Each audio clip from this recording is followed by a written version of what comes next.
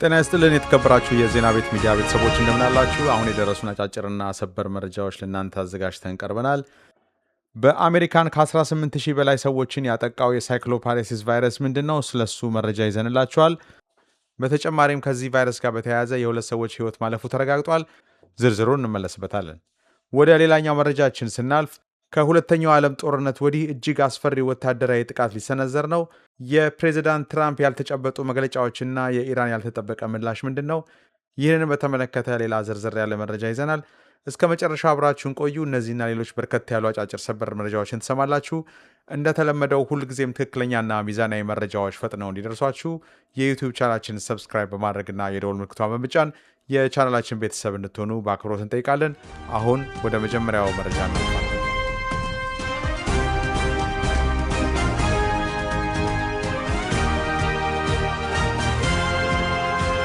በአሜሪካን በሚቺጋን ግዛት ሳይክሎፕሪሲስ በተባለው የሆድ ቁርጠትና የጽኑ ተቅማጥ በሽታ ወረርሽኝ ምክንያት የሁለት ሰዎች ሕይወት ማለፉን የስነ ሕዝብ ጤና ባለሥልጣናት ይፋ አድርገዋል። በአሜሪካ በርካታ ግዛቶችን እያጠቃ ባለውና በረዥም ጊዜ የጽኑ ተቅማጥና የሰውነት ፈሳሽ መጣት ምክንያት ከፍተኛ ስቃይ በሚያደርሰው በዚህ ወረርሽኝ ምክንያት የሰው ሕይወት ሲያልፍ ይህ ለመጀመሪያ ጊዜ የተመዘገበ ሆኗል። የሚቺጋን የጤናና የሰብአዊ አገልግሎት መስሪያ ቤት በሰጠው መግለጫ ሁለቱም ግለሰቦች ከበሽታውና ከሰውነት ፈሳሽ ማጣት ጋር ተያይዞ ለህልፈት የተዳረጉት ቀደም ሲል ከነበረባቸው ጽኑ ህመም ምክንያት ሲሆን መስሪያ ቤቱም ግለሰቦቹን በተመለከተ ሌላ ተጨማሪ መረጃ እንደማይሰጥ አስታውቋል። በሽታው በተለምዶ ለህይወት አደገኛ የሚባል ባይሆንም በአሁኑ ወቅት በሚቺጋን ግዛት ውስጥ ብቻ እስከ 11234 የሚደርሱ ሰዎች በቫይረሱ መጠቃታቸው የተረጋገጠ ሲሆን ከነዚህም መካከል 193 ሰዎች በከባድ ህመም ምክንያት በሆስፒታል ተኝተው ሕክምና በመከታተል ላይ ይገኛሉ። የአሜሪካ የበሽታዎች መከላከያና መቆጣጠሪያ ማዕከል ወይንም በአጭር ስሙ CDC በአሜሪካ ውስጥ የህዝብ ጤናን በመጠበቅና የበሽታዎችን ስርጭት በመቆጣጠር ኃላፊነት ያለው ይህ መስሪያ ቤት በሚቺጋን የተመዘገቡትን ሁለቱን የሞት አደጋዎች መረጃ እንደደረሰው አረጋግጦ በግዛቱ ውስጥ ከተመዘገቡት ከፍተኛ የህመምተኞች ቁጥር አንጻር ሲታይ በሚቺጋን ከሚኖሩ ከ1000 ሰዎች መካከል አንዱ በዚህ በሽታ መጠቃቱን መረጃዎች ያሳያሉ ብሏል። ሳይክሎፓራሲስ በአይን በማይታይና ጥቃቅን ጥገኛ ተዋሲያን አማካኝነት የሚመጣ የበሽታ አይነት ሲሆን ተዋሲያኑ አትክልትና ፍራፍሬን ወይንም ውሃን በመበከል ወደ ሰውነት ገብተው አሰቃቂ የሆድ ህመምና ጽኑ ተቅማጥን ያስከትላሉ። አንዳንዶቹ ኢንፌክሽኖች በራሳቸው ሊድኑ ቢችሉም ተገቢው ሕክምና ካልተደረገላቸው ግን ምልክቶቹ እስከ 1 ወርና ከዛ በላይ ሊቆዩ እንደሚችሉ የጤና ሚኒስቴር አስታውቋል። በሽታው ተደጋጋሚና ረጅም ጊዜ የሚቆይ የፈሳሽ መውጣት ችግርን በማስከተል ሰውነትን ለከባድ ድርቀትና ህመም በመዳረግ ለህልፈት ሊያጋልጥ ይችላል። በአሜሪካን ከግንቦት እስከ ሰኔ ባሉት የጸደይና የበጋ ወራት የበሽታው ስርጭት መጨመር የተለመደ ቢሆንም የዚህ ዘመን የወረርሽኝ መጠን ግን እጅግ ከፍተኛ ሆኖ ተመዝግቧል። እንደ CDC መረጃ ከሆነ በዚህ ዘመን በመላው አገሪቱ ከ18000 በላይ የሳይክሎፕሪሲስ ህመምተኞች የተገኙ ሲሆን ከነዚህ ውስጥ የ6707 ሰዎች ህመም በምርመራ የተረጋገጠ ሲሆን ከ11500 በላይ የሚሆኑት ደግሞ ተጨማሪ የላቦራቶሪ ምርመራ የተደረገላቸው ይገኛል። የአሜሪካ የምግብና የመድኃኒት አስተዳደር ወይም FDA ከCDC እና ከአካባቢው ባለስልጣን ጋር በመተባበር በመካከለኛው ምዕራብ አሜሪካ የተከሰተውን ሰፊ ወረርሽኝ ጨምሮ በርካታ የህመም ቦታዎችን በቅርበት እየመረመረ ይገኛል። የችግሩን አጣዳፊነት ተከትሎ ቴይለር ፋርምስ በተባለ አምራች ኩባንያ የቀረቡ የሰላጣ ምርቶች በባክቴሪያው ሳይበከሉ እንዳልቀረ በመጠርጠሩ ከገበያ እንዲሰበሰቡ የተደረገ ቢሆንም የተበከሉት ምርቶች ቀደም ብለው በሰዎች ተበልተው ወይንም በሱቆች መደርደሪያ ላይ ሊገኙ እንደሚችሉ በማሰብ ትልቅ ስጋትን ፈጥሯል።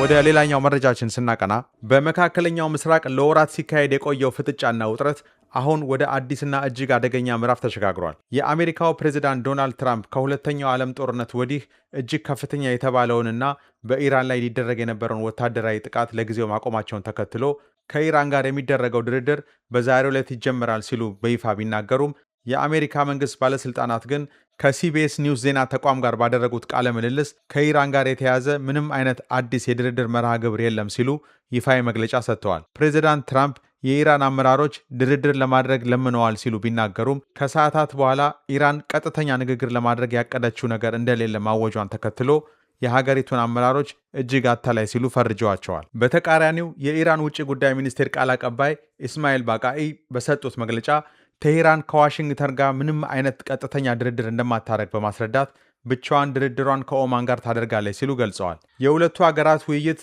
በሆርሙዝ በኩል መርከቦች በጥንቃቄ የሚያልፉበትን ጊዜያዊ መንገድ ለመዘርጋት የቀረበ ቢሆንም ባቃኢ የኮሪደሩ ሁኔታ ከጦርነቱ በፊት ወደ ነበረበት አይመለስም ሲሉ አስረድተዋል። ይህ በእንዲህ እንዳለ ፕሬዚዳንት ትራምፕ እንደ ቼቭሮን እና አክሲዮስ ሞቢል ያሉ የአሜሪካ ነዳጅ ኩባንያዎችን በጦርነቱ ምክንያት ከልክ በላይ ትርፍ አግበስብሰዋል ሲሉ በመተቸት የነዳጅ ዋጋ እንዲቀንሱ ጥሪ ያቀረቡ ሲሆን ከንግግሩ በኋላ የነዳጅ ዋጋ 6 በመቶ ቅናሽ በማድረግ የአሜሪካን የአክሲዮን ገበያም እንዲነቃቃ አድርጓል። በመካከለኛው ምስራቅ በሚንቀሳቀሰው የአሜሪካ ወታደራዊ ክፍለ ጦር የሚመራው የአሜሪካ መካከለኛ እዝ ወይም ሴንትኮም በኢራን ላይ በጣለው የባህር ማዕቀብ ምክንያት 44 የንግድ መርከቦችን አቅጣጫ ማስቀየሩን፣ ሁለቱን ከጥቅም ውጪ ማድረጉንና በሌሎች 2 መርከቦች ላይ ገብቶ ፍተሻ ማካሄዱን አስታውቋል። ፕሬዚዳንት ትራምፕ ከመጨረሻው የኃይል እርምጃ በፊት እድል መስጠት እፈልጋለሁ ብለው ቢዝቱም ኢራን በበኩሏ ለእስራኤል የደህንነት መስሪያ ቤት ወይም ለሞሳድ ሚስጥራዊ መረጃ አሳልፈው ሰጥተዋል ያለቻቸውን 2 የኢራን ዜጎች በስቅላት ቀጥታለች። በሁለቱ ሀገራት መካከል የተከሰተው ውጥረት በከፍተኛ ሁኔታ እየተባባሰበት በሄደበት በአሁኑ ወቅት